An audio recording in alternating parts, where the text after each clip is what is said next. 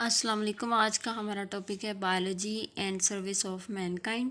Biology ने बहुत सारा काम किया है, जैसे कि जो एग्जिस्टिंग वैरायटीज़ है प्लांट्स की उनको इम्प्रूव किया। उसके अलावा जो डिज़ीज़ के ख़िलाफ़ लड़ने वाले प्लांट्स हैं वो, और हाई यील्ड वैरायटीज़ जो हैं प्लांट की जो कि ज़्यादा फसल दे सके, वो वाले प्लांट्स जो हैं डेवलप किए हैं बायोलॉजी ने। ठीक है। नेक्स्ट जो है पोल्ट्री ब्रीडर्स जो है वो डेवलप किए हैं, और इनको डेवलप करने के बाद सेलेक्टिव ब्रीडिंग से इनको पोल्ट्री ब्रीडर्स को डेवलप किया है, फिर जिससे हम quick and cheap white meat, ठीक है, वो हासिल कर सकते हैं। इसके बाद ट्रांसजेनिक प्लांट्स, ट्रांसजेनिक एनिमल जो है जेनेटिक इंजीनियरिंग के ज़रिए बायोलॉजी ने क्या किए हैं, प्रोड्यूस किए हैं। अब ये ट्रांसजेनिक प्लांट और ट्रांसजेनिक एनिमल क्या क्या क्या हैं। ट्रांसजेनिक प्लांट्स जो होते हैं, इसमें किसी भी फ़र्ज़ करें बैरूनी जो है किसी दूसरे जानवर का, या किसी ट्रांसजेनिक प्लांट्स के अंदर किसी दूसरे प्लांट का जीन या उसका डीएनए जो होता है, जिसका हमें कोई डिज़ायरेबल करैक्टर चाहिए होता है, उसको हम दूसरे प्लांट के अंदर जिसमें हम वो करैक्टर इंट्रोड्यूस करवाना चाहते हैं उसमें हम वो दाखिल कर देते हैं। ठीक है, जिससे हम वो करैक्टर हासिल हो जाते हैं। इनको क्या कहते हैं, ट्रांसजेनिक प्लांट्स। ट्रांसजेनिक एलिमेंट में हम डिज़ायरेबल करैक्टर उस एनिमल का किसी दूसरे जानवर का जो है डीएनए या उसकी जीन जो है उस जानवर के अंदर, दूसरे जानवर के अंदर जो है वो इंट्रोड्यूस करवा देते हैं, जिससे वो क्या बन जाता है, ट्रांसजेनिक एनिमल। अब transgenic plants having foreign DNA that incorporated in their cell. Plants जो के बैरूनी जो है बाहर वाला डीएनए रखते हैं, इनको उनके सेल के अंदर क्या किया जाता है, इनकॉर्पोरेट किया जाता है, दाखिल किया जाता है। Transgenic animal having foreign DNA that incorporated in their cell। जो बाहर के जानवर का एनिमल जो कि बाहर का डीएनए रखते हैं, उनको इनकॉर्पोरेट किया जाता है इनके सेल के अंदर। ठीक है। नेक्स्ट अगला प्रोसेस है क्लोनिंग।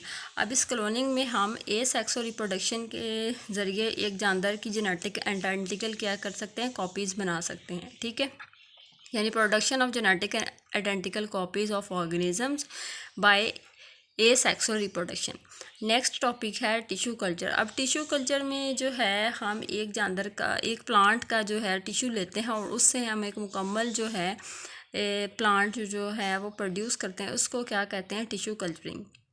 यानी grow of tissue of living organisms outside in artificial medium. Artificial medium में लिविंग यानी कि ऑर्गेनिज़म के जो हैं टिश्यू की हम ग्रो करवाते हैं। ठीक है, इस प्रोसेस को हम क्या कहते हैं, टिश्यू कल्चर।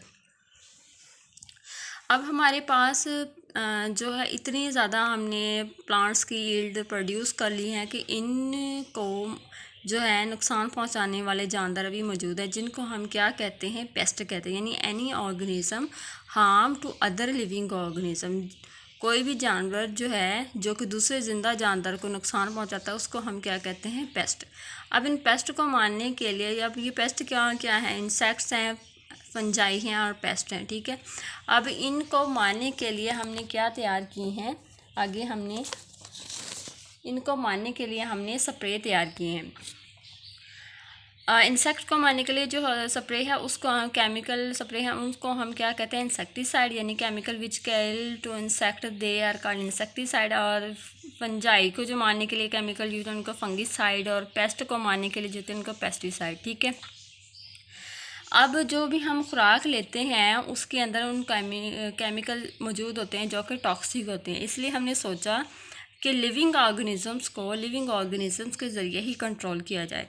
ठीक है, उस प्रोसेस को हम क्या कहते हैं, बायोलॉजिकल कंट्रोल। यानी कि control of living organism by living organism. यानी कि लिविंग ऑर्गेनिज्म के ज़रिए लिविंग ऑर्गेनिज्म का कंट्रोल जो है उसको हम क्या कहते हैं, बायोलॉजिकल कंट्रोल। जैसे कि aphid that attack on walnut tree which is being control by webs.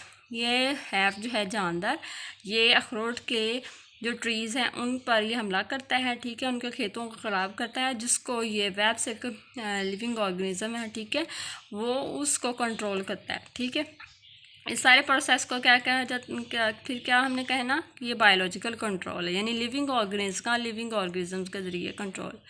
Next हमारा टॉपिक है पास्चराइजेशन। पास्चराइजेशन जो है इसमें हम इसको जो है डेवलप किया था लुइस पास्चर में। ये यूज़ किया जाता है मिल्क और मिल्क की प्रोडक्ट्स जो हैं उनको प्रिजर्व करने के लिए।